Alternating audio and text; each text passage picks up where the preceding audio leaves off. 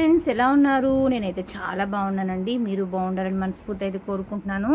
ఈరోజు చూడండి, బర్డ్స్ అయితే చూడండి.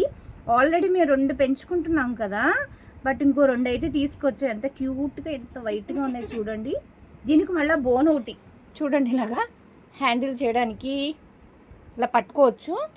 బట్ చూడండి, ఇక్కడ మనకైతే డోర్ అయితే ఇక్కడ ఎలా ఇచ్చారో, అంటే రెట్ట వెళ్ళిన చేసిన కింద అయితే క్లీన్ చేసుకోవడానికి ఈ ప్లేట్ చూడండి, చాలా అవైలబుల్గా ఉంది కదా.